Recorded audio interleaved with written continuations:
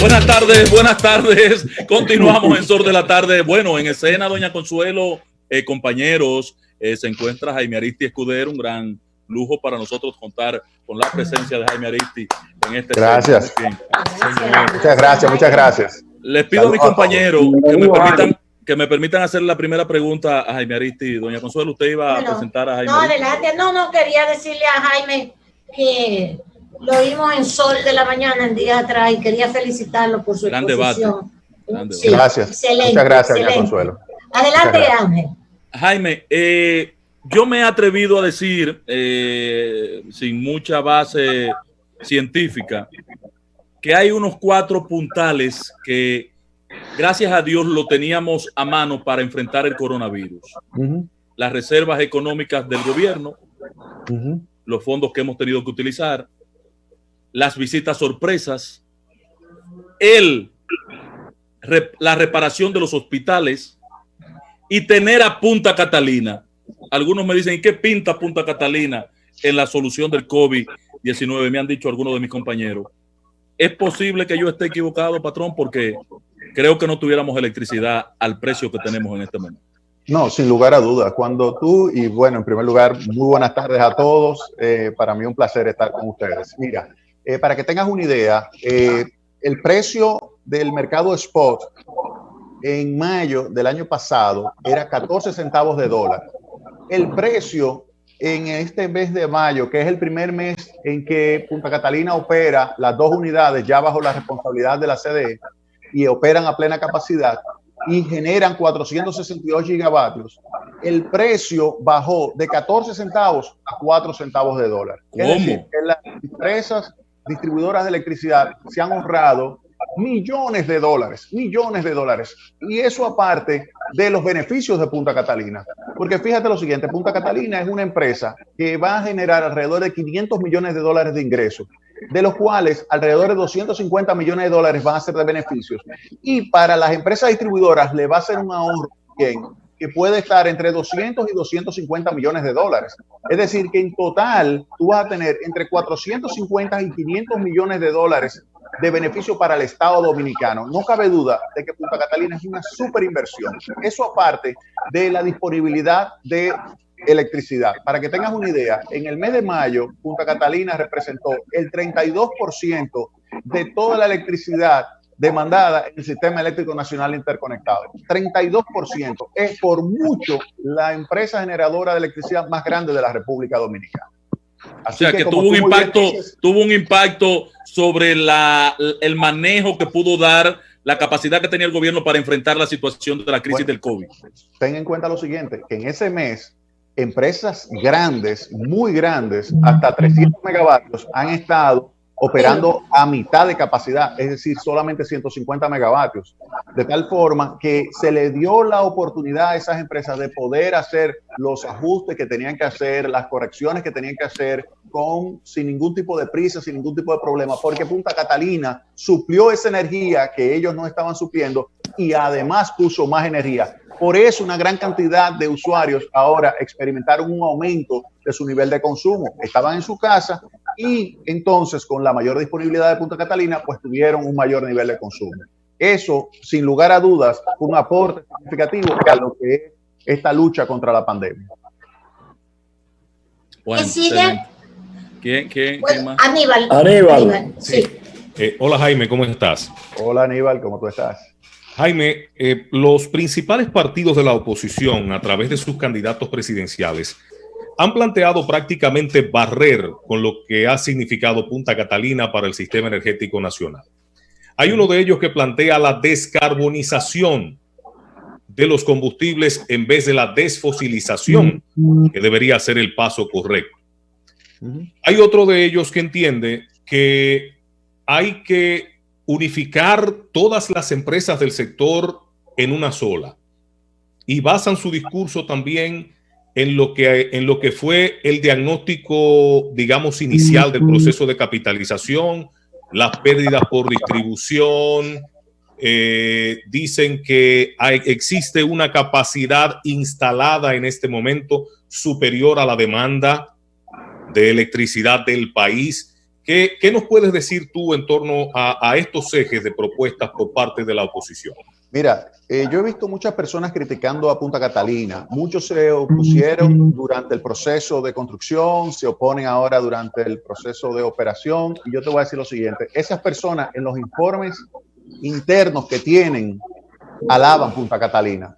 Hay un informe que elaboró la Comisión de Energía del PRM, que yo tengo ese informe de esa Comisión de Energía, donde alaba Punta Catalina, habla del déficit que tienen las empresas distribuidoras de electricidad y señalan que si se toma en consideración que el precio del mercado spot del año pasado fue de 16 centavos en promedio, eso es lo que ellos dicen, fue menos, pero 16 centavos, y lo compran esa energía al precio de Punta Catalina, que será alrededor de 8 centavos, esa reducción va a significar un ahorro para las empresas distribuidoras de $500 millones.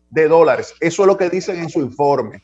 Y además señalan que con el beneficio de Punta Catalina se pudiera incluso acentuar más lo que es la reducción del déficit del sector eléctrico. Es decir, están mirando a Punta Catalina como la empresa clave para ayudar a resolver el problema financiero del sector eléctrico, que es a su vez el que explica el 50% del déficit público desde el año 2000 hasta el presente, y por lo tanto el que explica también la acumulación de deuda pública en ese periodo. De manera tal que Punta Catalina, no cabe duda de que es una inversión extraordinariamente positiva, y todo eso que ustedes ven criticando públicamente, en realidad en el interior de los partidos o el interior de diferentes entidades que la critican hoy día, la alaban y reconocen el tremendo impacto positivo que tendría en un posible gobierno de ellos.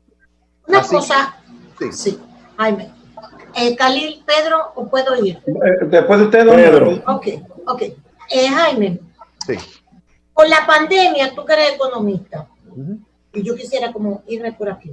En la pandemia, que ha cambiado tantas cosas, y la visión también de los modelos económicos. Ahora, incluso leí a doña Margarita Cedeño, por cierto, que escribió un Twitter sobre una profesora que está planteando, y eso ya lo están planteando otros, que tiene que venir de nuevo el modelo a donde al Estado se le dé también más funciones que las que el modelo neoliberal le planteaba. Eso se está hablando. ¿Es así? Mira, no cabe duda de que el Estado va a tener un papel importante por el hecho de que hay que reorientar ahora el nivel de preparación de la mano de obra para poder enfrentar esto. Ustedes no se imaginaban que iban a estar haciendo este tipo de programa vía Zoom o cualquier otra de estas plataformas. Hace unos meses ni se lo imaginaban, pensaban que el que faltaba, que no podía ir a su casa, sencillamente no participaba en el programa. Pero ahora no, ahora esto significa un aumento de productividad, pero no todo el mundo tiene la capacidad de absorber lo que es el conocimiento necesario para poder utilizar esta tecnología. Entonces tenemos que utilizar la inversión por parte del Estado en educación para ayudar a que esas personas puedan adaptarse a lo que va a ser el nuevo mercado laboral. Pero también, no solamente en eso, Jaime, también se está planteando la nueva economía. Sí, correcto. Que también la participación del Estado en las inversiones para que el sector privado le caiga también atrás. Eso es fundamental. Mire, doña Consuelo, para que usted tenga una idea, el 85% del crecimiento de la economía se explica por el sector privado, pero el sector público tiene que colaborar creando las condiciones para que ese sector privado se expanda. Un elemento clave son los fundamentos macroeconómicos, y ya muy bien lo estuvo señalando cuando comenzamos el programa Aníbal, o sea, creo que fue Ángel, porque lo señaló, los 4 puntos que él señaló, que son fundamentos macroeconómicos muy fuertes. O sea, la situación en términos fiscales, por ejemplo, tiene que tener la capacidad el gobierno de poder colaborar, ya sea, en este caso, transfiriendo recursos, primero identificando a la población, y en eso el FIUBEN te permite identificar a la población, luego transferirle con fase 1, fase 2 y los programas como el Quédate en Casa o el PATI, transferirle recursos a esos segmentos vulnerables. Pero no solamente eso, sino apoyar también al sector privado para que pueda expandirse y acelerar su ritmo de crecimiento y crear empleo. De manera tal que, como usted muy bien dice, doña Consuelo, el sector público ahora tiene muchísimo más importancia, tomando en consideración que la pandemia crea un impacto muy negativo sobre el tema de la distribución de los ingresos. Hay un aumento de la desigualdad y la única forma de enfrentar eso es si hay una participación muy activa del Estado en ayudar a nivelar las oportunidades para que puedan absorber estas nuevas tecnologías y puedan colocarse en lo que es la trayectoria de crecimiento. Pues esas son las cosas que a mí me gustaría que discutiéramos continuamente. Si Jaime fuera candidato, pudiera ser. Jaime. Bueno, Pedro, perdón.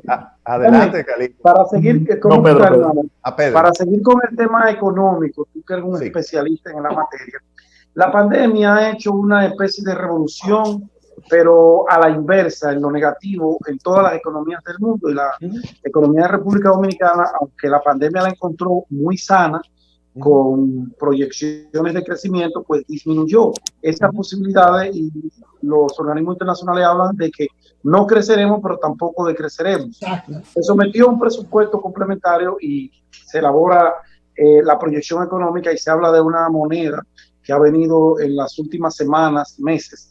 Pedro, que ya fue aprobado en primera lectura ahora mismo. Correcto, el presupuesto complementario. Entonces, qué bueno. Se proyecta a $1 a 57.25, algo así.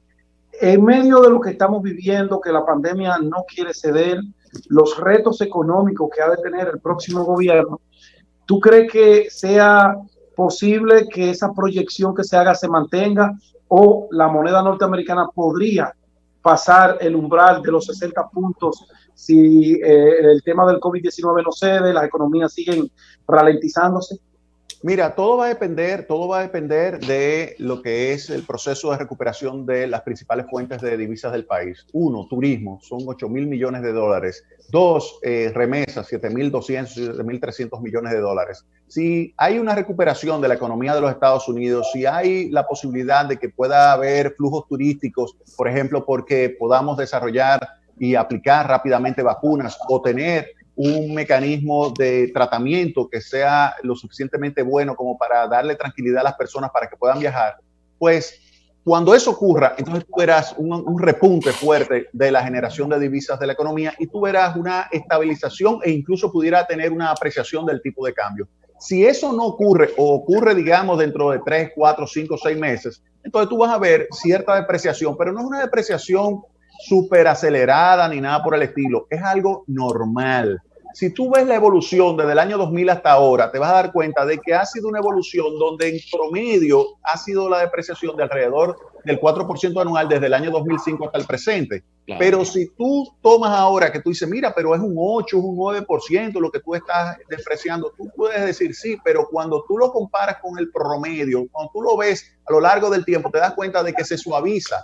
Es decir, que porque suba 10% en un año, eso no te debe dar dolor de cabeza. Para que tengas una idea, cuando se anunció en el Reino Unido el Brexit, en un solo día se depreció en 15% la libra esterlina. 15%. En un solo día. Entonces, que aquí se deprecie en 10, 12% en un año por esta pandemia, esto no es para nada.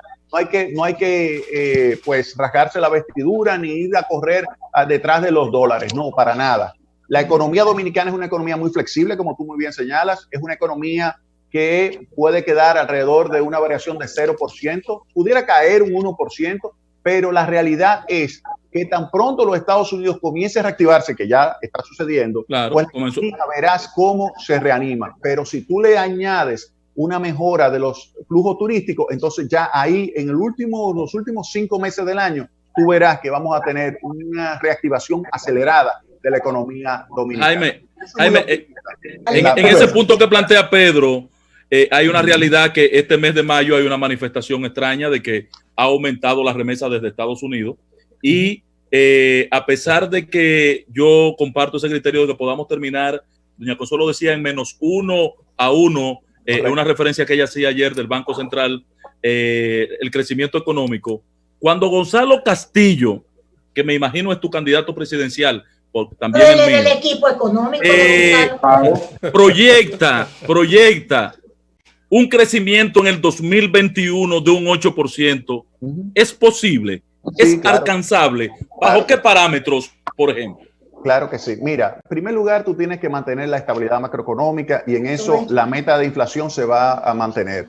Recuérdate que si tú tienes un banco central que tiene claro el objetivo de mantener estables los precios y tiene también como objetivo minimizar la volatilidad del tipo de cambio, tú creas las condiciones para que haya inversión, para que haya consumo, para que haya empleo, para que haya ahorro, para que haya actividad económica que genere bienestar a la gente. Es un aspecto importantísimo. Luego está el programa de inversiones. Es un programa sumamente masivo y ahí que está Khalil, ambicioso. Que sabe lo que es ambicioso, pero tú sabes muy bien, Khalil, lo que significa obras públicas en términos del multiplicador. Si hay alguien que conoce ahora mismo lo que es la importancia de las construcciones, es Khalil. Y Khalil sabe que si se pone en marcha un programa masivo de construcciones como el que se está poniendo sobre el tapete, utilizando las alianzas público-privadas, nunca duda de que habría una recuperación importante. Así que a mí no me sorprendería que si el año que viene tenemos que ya hay una vacuna o ya tenemos un tratamiento, que hay el turismo en marcha, que tenemos también las remesas, que hay una recuperación de los Estados Unidos que pudiera estar creciendo, por ejemplo, un 4%, recuperándose con relación a este año,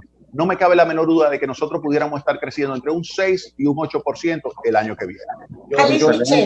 Jaime, un saludo afectuoso. Debo decir antes que todo que en su momento fue la mejor propuesta senador que tuvo la capital, Jaime Ariztí Escudero. Jaime, hablemos de un tema de mayor aproximación a la realidad.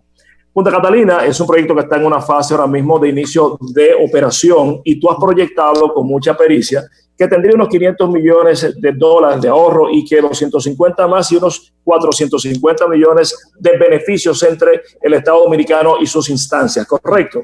De cara a un eventual y próximo seguro gobierno de Luis Abinader, ¿tú entiendes que eso pudiera redundar en bajar de una vez y por todas la tarifa eléctrica para el pueblo dominicano, que es una de las más caras que afecta a la población de Latinoamérica? Mira, Punta Catalina está creando las condiciones para que se pueda reducir la tarifa de electricidad, sin lugar a dudas. Oh, Dios te oiga. Eso significa lo siguiente. Ahora, Punta Catalina, al inyectar más electricidad, puede haber mayor disponibilidad de circuitos 24 horas. Si hay una mayor cantidad de circuitos 24 horas, eso significa que tú puedes establecer una mayor cantidad de medidores prepagos, y al establecer medidores prepagos tú logras aumentar tu facturación y también mejorar tu nivel de cobranza, de manera tal que las pérdidas de las distribuidoras bajen. Si hay una reducción de las pérdidas de las distribuidoras y al mismo tiempo una reducción del pago por concepto de compra de electricidad por parte de las distribuidoras debido a la reducción de precios que está produciendo Punta Catalina, esos dos elementos sin lugar a dudas se van a traducir en una reducción de la tarifa de electricidad. Nunca antes había estado tan cerca de una reducción de la tarifa de electricidad como ahora, después de la entrada de la central termoeléctrica Punta Catalina. Aristi. Espérate, que Aníbal te dio la palabra. Patrón, Aníbal. su permiso, Sí, patrón. adelante, puede Jaime, muy propicia tu presencia, sobre todo porque el buen amigo Khalil Michel ha dicho aquí públicamente que pone en dudas ese programa de construcción de 100,000 viviendas por parte de Gonzalo Castillo, de ganar la presidencia de la República. Entonces tú, como parte del equipo económico de Gonzalo, esta cátedra a domicilio viene muy a bien, muy a propósito para el hermano Khalil. Entonces, complemento mi pregunta con lo siguiente. O sea que Jaime arquitecto. Hablo de la construcción, de la factibilidad económica, Khalil. Factibilidad económica. Que tú eres arquitecto, claro, y a veces quieres ser economista, pero aquí no, líder, arquitecto y abogado. Cada cual a lo suyo. Entonces, Jaime, como parte del equipo económico, ¿cómo puedes tú, digamos, a grandes rasgos, resumir esta propuesta de reactivación económica que le ha hecho Gonzalo Castillo al pueblo dominicano? Bueno, ¿Qué va a hacer Gonzalo para sacarnos de esta crisis económicamente? Sí, como te señalé, lo primero es asegurar la estabilidad macroeconómica, porque el 85% del crecimiento está en manos del sector privado. Entonces tú tienes que mantener la estabilidad. Eso es fundamental. Así o sea, tú no correcto. puedes llegar a un banco central y comenzar a inventar y que pueda generar incertidumbre en el tipo de cambio. Sabemos que cuando hay incertidumbre en el tipo de cambio y hay picos en la tasa de inflación, hay caída de la actividad económica. Eso se ha vivido en diferentes momentos a lo largo del tiempo. Cada vez que tú tienes inestabilidad macroeconómica, hay una caída de la economía, lo que significa una contracción, una recesión. Entonces, eso es un primer aspecto, la estabilidad macroeconómica. El otro aspecto es el programa de inversión pública. Khalil, que es un constructor muy eficiente, sabe muy bien que se puede montar alianzas público-privadas que pueden permitir la construcción de una gran cantidad de viviendas. Claro. Él es un experto en eso. Si hay algo que yo conozco de Khalil, es pero lo negó. materia de construcción. Pero él Pero sabe, lo negó. él sabe. Óyeme, Jaime entendió mejor que tú. yo te aseguro. Doña, tenemos que hacer una pausa de inmediato. Khalil en un gobierno ejecuta ese tipo de programas con el sector privado, porque él sabe muy bien cómo combinar el sector público y el sector privado y hacerlo de tal manera que se pueda mejorar la capacidad de tú construir no solamente viviendas, construir los medios de transporte. Obras de servicio. Las carreteras, las autopistas, los caminos vecinales, lo que sí es importante de todo esto. Con la participación del sector privado, Aristi. Pero espérate. Con la alianza público-privada. Claro. Y eso va a ayudar muchísimo porque tiene un efecto multiplicador enorme. Va a ayudar a reactivar la economía. Yo te puedo asegurar que el año que viene... Eso es correcto todo lo que él está diciendo. Para el año que viene. Eso me acuerda a Grábame yo, va eso. No, pero que grábalo. Fíjate que Jaime tuvo la Roosevelt. Eso me acuerda Bueno, a Franklin Delano Roosevelt. Y a Joaquín Balaguer, doña Consuelo. fíjate que Jaime tuvo la delicadeza de decir varias construcciones. Vamos a la es un pausa, técnico doña probado, Consuelo. no se compromete con cosas imposibles. Vamos a hacer una Jaime. pausita ahora Él es el y volvemos candidato, con Jaime porque yo tengo una pregunta final después de la Vámonos, pausa para vámonos, Jaime Lea, Aristi vámonos, Escudero. Lea. Muy bien.